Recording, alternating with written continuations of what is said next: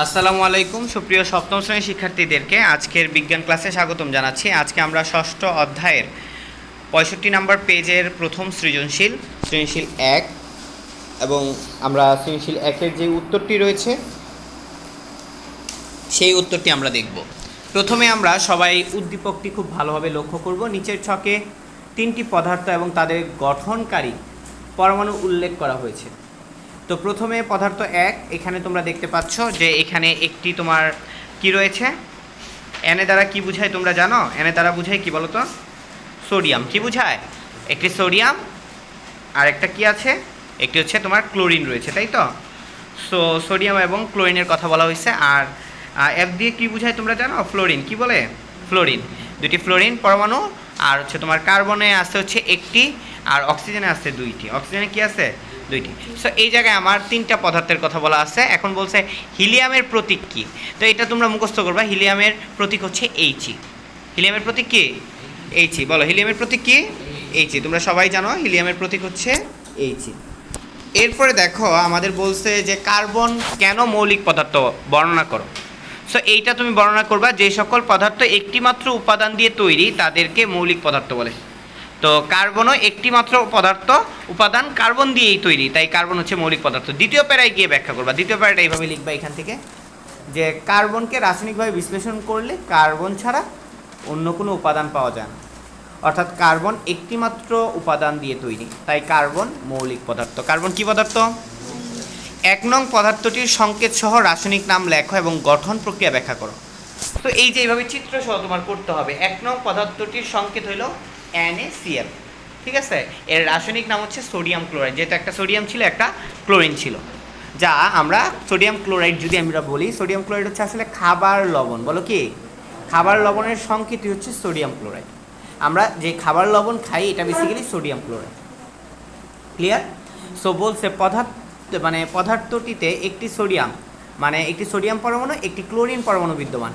এখানে সোডিয়াম পরমাণু Na পরমাণু একটি ক্লোরিন পরমাণু Cl পরমাণুর সাথে যুক্ত হয়ে সোডিয়াম ক্লোরাইড গঠন করছে।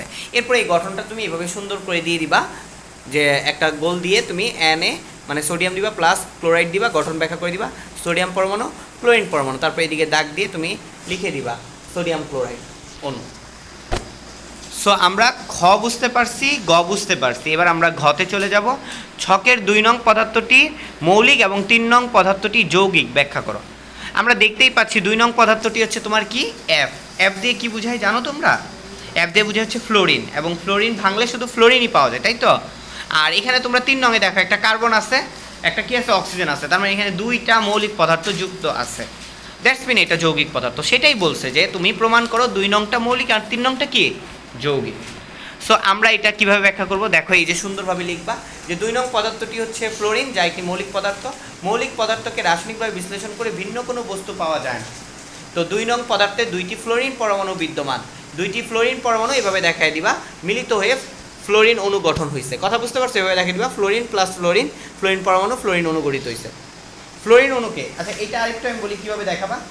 মনে করো তুমি এই জিনিসটা এইভাবে দেখাইতে পারো, যে তোমার ফ্লোরিন পরমাণু এখানে যা আছে তাই লিখবা। দেখো এবার ফ্লোরিন অণুকে ভাঙলে ফ্লোরিন পরমাণু ছাড়া অন্য কোনো পরমাণু পাওয়া যায় না, তাই 2 নং পদার্থটি মৌলিক। এটা আমাদের মৌলিক যে সেটার সপক্ষে ব্যাখ্যা হয়ে গেল। 3 নং পদার্থটি হলো যৌগিক পদার্থ। যৌগিক পদার্থকে বিশ্লেষণ করে একাধিক মৌলিক পদার্থ পাওয়া যায়।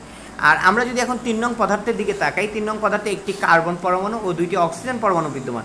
একটি কার্বন ও 2টি অক্সিজেন পরমাণু মিলিত হয়ে কার্বন ডাই অক্সাইড গঠন করে। উৎপন্ন CO2 এর ধর্ম কার্বন ও অক্সিজেন পরমাণু থেকে ভিন্ন। আবার CO2কে ভাঙলে একটি কার্বন পরমাণু 2টি অক্সিজেন পরমাণু পাওয়া যায়, তাই 3 নং পদার্থটি হলো যৌগিক পদার্থ। 3 নং পদার্থটি কি? যৌগিক পদার্থ। আচ্ছা এইখানে একটা ভুল আছে মেবি, তাই না? নাকি ভুল নাই? না ঠিক আছে, আমি তো এখানে ভুল বলছিলাম। কার্বনের একটি পরমাণু, অক্সিজেন 2টি পরমাণু।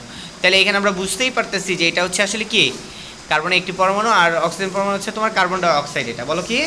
Carbon die oxide. সো এইভাবে তুমি সুন্দর করে ব্যাখ্যা করলে তোমার স্যার কিন্তু বাধ্য তোমাকে 4-এ 4 দেওয়ার জন্য, 3-এ 3 দেওয়ার জন্য। এরপরের অংশে আমরা পরের ভিডিওতে আমরা দেখব হচ্ছে তোমাদের 2 নম্বর সৃজনশীলটি, একটা ইলেকট্রনের ছবি দেওয়া আছে। ইলেকট্রন বিন্যাসের ছবি দেওয়া আছে। সো সেই ইলেকট্রন বিন্যাসটা অপূর্ণ করা আছে, আমাদের পূর্ণ করতে হবে। সো আমরা পরের ভিডিওতে চলে যাব এবং এখন পর্যন্ত আশা করি এইটুকু সৃজনশীল তোমরা বুঝতে পেরেছো। পরের ভিডিও দেখার আমন্ত্রণ জানিয়ে শেষ করছি। আচ্ছা, আসসালামু আলাইকুম।